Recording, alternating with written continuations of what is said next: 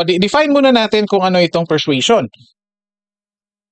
So, ang persuasion ay process or proseso na kung saan yung isang mensahe ay nakapagbabago ng paniniwala at ano bang attitude?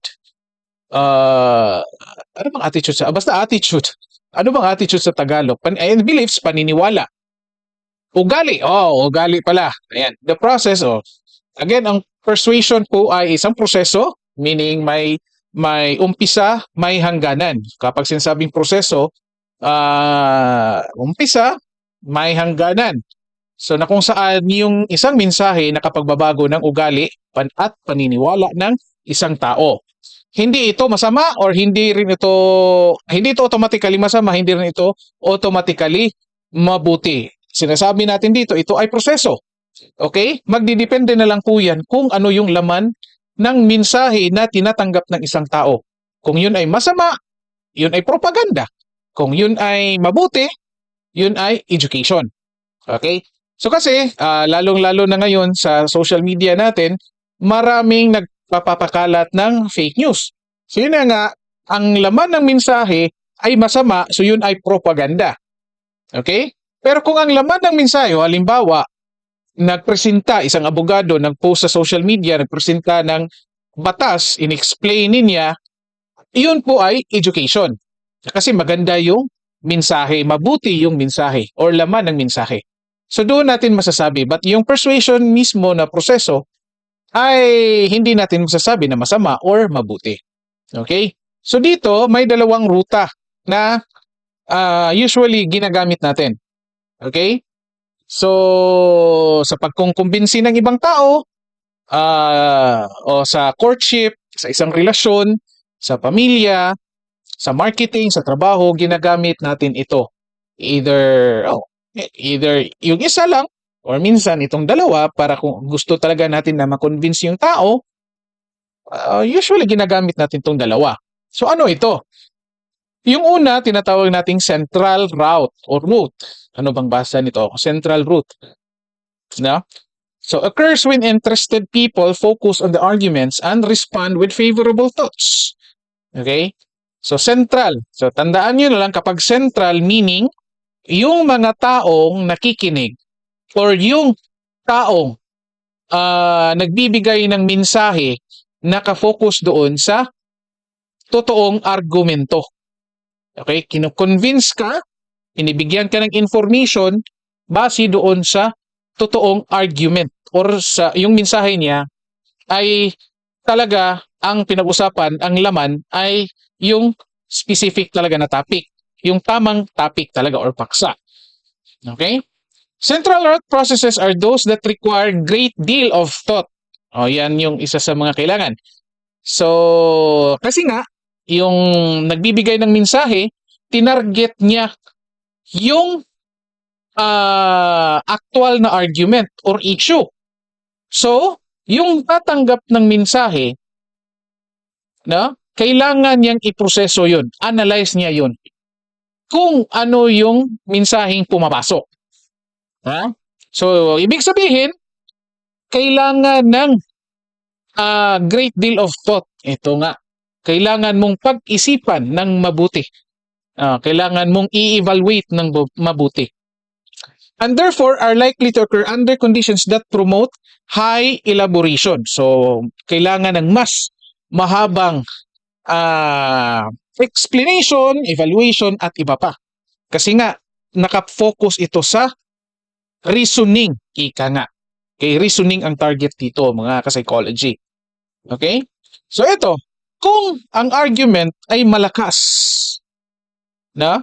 Malakas talaga ang argument, mas malaki ang chance na mangyayari itong persuasion or pagbabago ng paniniwala at ugali ng isang tao. Kasi nabago mo ang kanyang isip eh. 'Di ba? Nabago mo ang kanyang isip. So the rest will follow.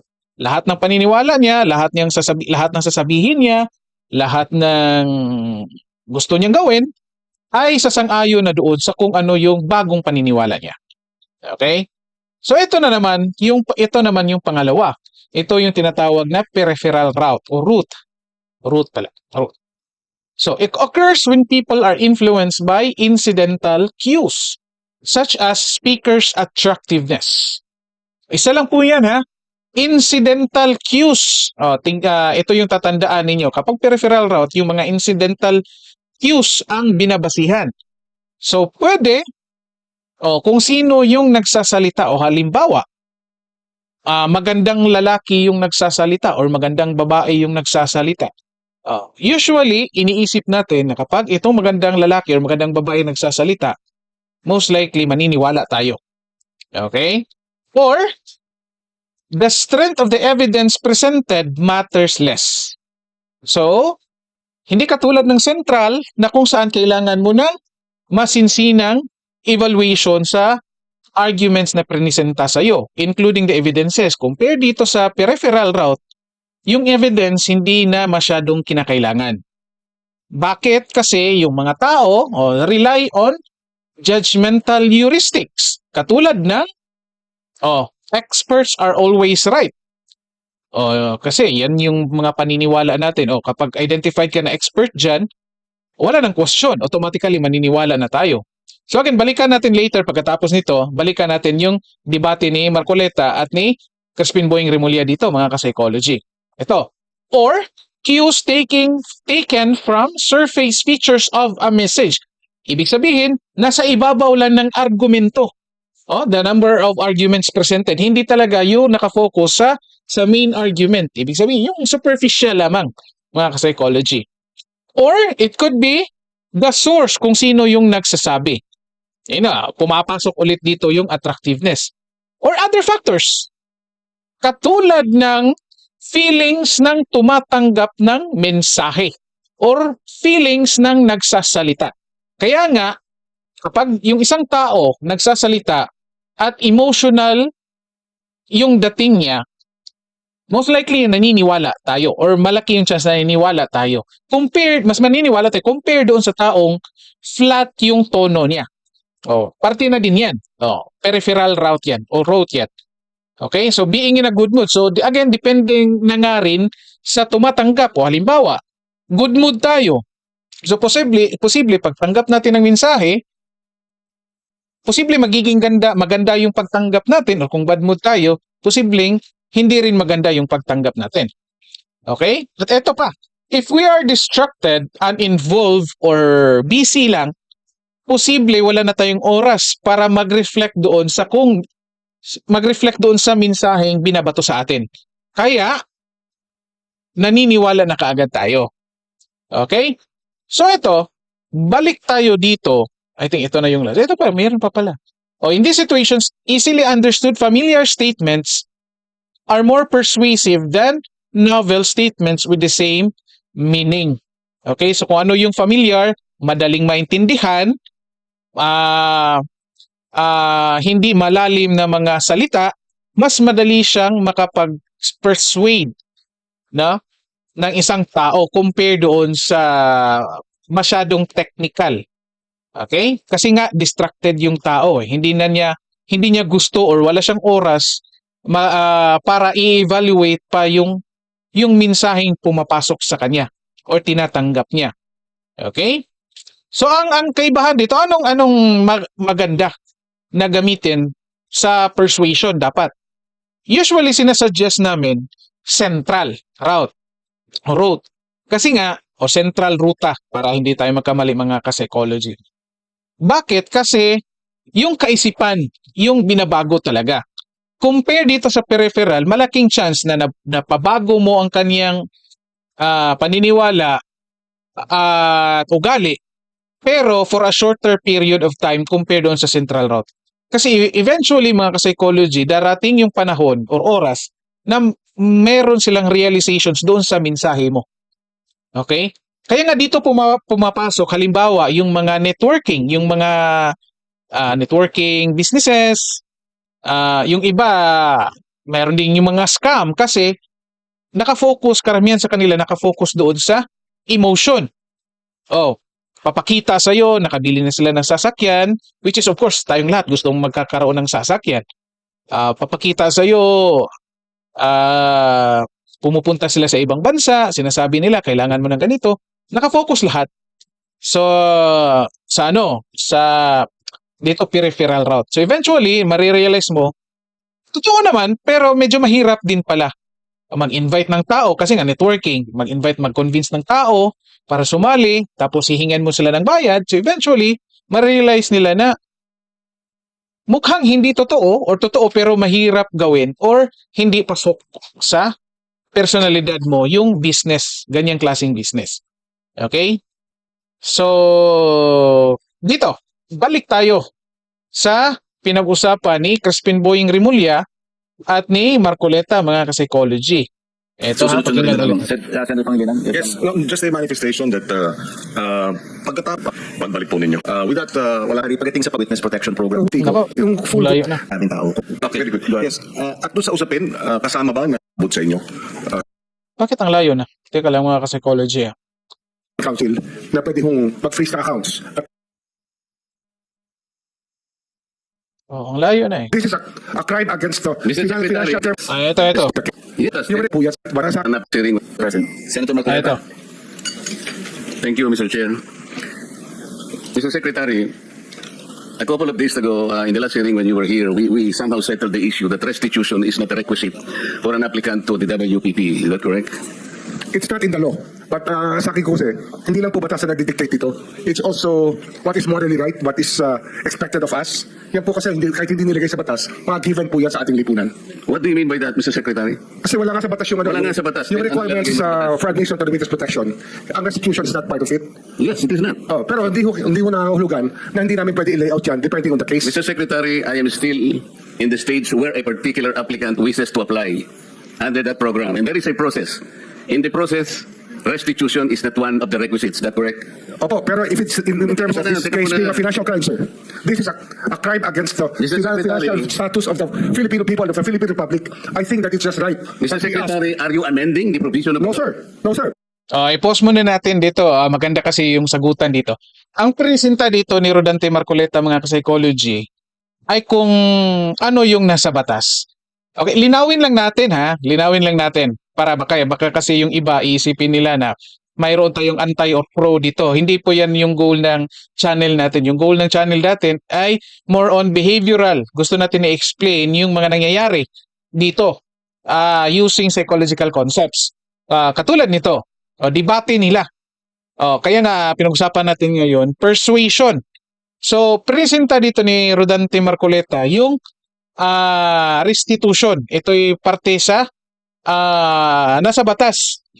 Gusto niyang clarify niya kung yung restitution kasali ba sa requirement ng pagiging ano tawag nito? Pagiging witness or kung may pasok ka sa witness protection program. Okay? Pero yun na nga, ito dito, nag-agree naman si Crispin Boying Rimulya na wala namang restitution. So, pinag-usapan dito yung batas na restitution kung pasok ba or required ba siya. So, ang nag-agree naman sila na wala naman talaga. Okay? So, anong klaseng ruta ang ginamit dito ni Rodante Marcoleta, mga ka-psychology? I-comment niyo dyan. Ha? So, sa tingin ko, base dito sa diniscuss natin, pinag-usapan natin, ang ginamit dito ni Rodante Marcoleta ay yung central route. Kasi alam niya, kausap niya abogado. So kaya batas yung pinag-uusapan nila dito. Okay?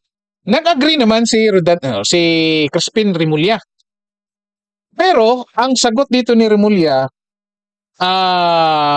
medyo hindi na sang-ayon doon or inline doon sa kung ano yung nasa batas, mga psychology. Okay? Umiwas na siya, pumunta na siya doon sa usaping moral. 'Di ba? Of course, yung mga batas natin sa pagkakaalam ko, guided by moral standards din naman talaga yan. Pero kaya nga mayroong mga specific, pero ginawa niya ng mga specifics. So dito lang, ang argumento dito ni Crispin Rimulya, nagiging iba na, hindi na patungkol sa batas, moral standards na. So lumihis na siya. 'Di ba? So personally, nung una, okay pa, nasa central route pa siya, dito, lumalabas na siya, pumapasok na siya sa peripheral route. Kasi meron na siyang mga sinasabi na pera ito ng taong bayan. Bakit ko nasasabing peripheral route? Kasi nag-mention na siya ng taong bayan, people of the Philippines, money of the people of the Philippines, saan ito pasok? O dito na sa ito, being in a good mood or bad mood. Okay? Well, kung titignan natin, reliable din naman siya. Pasok din siya. Abogado si Remulla. Siya yung secretary. Siya yung nasa authority. Pasok talaga dito sa peripheral route. Kaya, kung karamihan sa atin, walang pakialam sa batas or most likely, hindi familiar yung prinisinta ni Marcoleta na batas, mas malaking chance na maniniwala dito kay Crispin Boying Remulla. Kasi nga, tayong lahat galit na dahil dito sa mga na-discovery natin. So basically, nasa bad mood tayo. So malaking chance, lalong-lalo na yung mga galit, yung hindi matanggap yung argumento ni Marcoleta, dito maniniwala ngayon kay Crispin Boying Remulla. Kasi tumira si Crispin Boying Remulla dito sa emosyon ng nakakarami sa atin, mga ka-psychology. Sige, ito patuloy pa But natin. that is how we run the Witness Protection Program. As a lawyer, Mr. Secretary, may I ask you, in a criminal prosecution, the civil liability is impliedly instituted, is that correct? Of course. Kaya Ito. 'Di ba? Ano din ito? Central road talaga, central na ruta. Kasi batas pa rin yung argument dito ni Rodante Marcoleta. Batas pa rin. Nag-agree din naman si Crispin Boying Remulla. So basically, mga psychology, kung titignan talaga natin, lahat naman ng sinabi ni Rodante Marcoleta, nag-agree naman si Crispin Boying Remulla. Except doon sa parte ng may dapat isauli. Kasi ang ginagamit na dito ni Remulla, yun na nga, ay yung kung ano yung mood ng nakakarami sa atin. Hindi lang talaga nakakarami. I think tayong lahat nagagalit na dito sa mga na-discovery natin. So doon, tinira ni Remulla yung kanyang argument. So kaya hindi natin maiiwasan na maraming tao na talaga nagustuhan yung argument dito ni Crispin Boying Remulla. Later explain ko kung anong dapat ang gamitin dito. Tapusin lang muna natin ito. Ito, patuloy natin. hindi naman nangangahulugan kung sakasakali na natapos na yung criminal prosecution. Kapag ka nakita na mayroong criminal liability yung tao, because it is impliedly implied, doon lang magkakaroon ng restitution. It will come after. Paano mo sasabihin na magre-restitute ang isang tao? Meron na bang findings kung magkano i-restitute and how it can be restituted? Nag-a-apply pa lang eh. Huwag po ninyong babaguhin ang requisite ng batas, Mr. Secretary. I thought nung dumating ka dito, nagkaintindihan na tayo eh. Kaya nabablar ang proceedings natin eh. Kaya nga kinote ni, siguro, ang chairman kanina gusto kong ituloy ito, sinabi niya, nagpa-interview siya, na goodwill and sincerity should be done para itest. Pwede ba yung ganito? I respect your opinion, sir. But It that's is not how... my opinion, it is in the law, Mr. Secretary. Yes, sir. Yes, sir. But I am operating... The arbiter Sir, is can I the speak, law. sir? Can I speak, sir? Yes, you I'm are. operating from the Senator Marcoleta. vantage point of the reason behind the law, sir. What is the reason behind the law? So that we can get justice, and justice can only be attained if there's restitution. So that is the principle behind all of these things that we are talking about now. Mr. Secretary, restitution will come after. It cannot be. Sir, it can come before or after, sir. It can come before. or You after. cite the law that it come before. Wala nga po sa batas eh. Huwag po ninyo babaguhin ang Sir, batas, we Mr. are Secretary. operating on a unique set of facts, and we are all of these matters are being evaluated because the gravity of this financial crime cannot be underestimated, and that the more assets that we're able to preserve at the outset, the better for our country, sir. Mr. Secretary, I'm very sorry for such reasoning like that. Alam mo, I'm very sorry, sir. Also, sir, I'm very sorry too if you do not agree with me. But I respect your opinion, sir, and we will carry out our job as we deem fit, as we see. Mr. Chair, I said I am not expressing an opinion here. I am articulating the provision of law. You do not change the provision of law, Mr. Secretary. You may be disbarred from doing this. Then, Okay, so narinig natin. Ito narinig natin yung arguments ng dalawa, ni Marcoleta at ni Crispin Boying Remulla. So, puntahan natin yung arguments ni Crispin Boying Remulla. Simple lang na yan naman. Again, uulitin ko para sa mga manunood or nanunood natin, tama yung arguments nilang dalawa. Okay? Ang arguments lang dito ni Crispin Remulla, mga ka-psychology, masasabi ko, pumapasok or dumadaan siya dito sa peripheral. Kasi nga, dito, tinarget niya. Hindi na niya, ang pinag-usapan kasi dito, batas.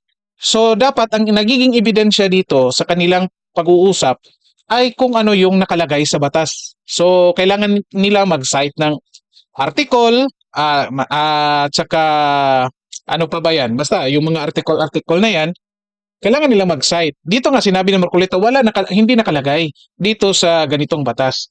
Pero dito kay Rimulya, mga ka-psychology, yung direksyon niya, ano na, dito na sa indirectly, nakikita natin na sinasabi niya, huwag mo na tingnan yung batas kasi ang reason behind ng batas ay yung justice na dapat makukuha ng mga Pilipino.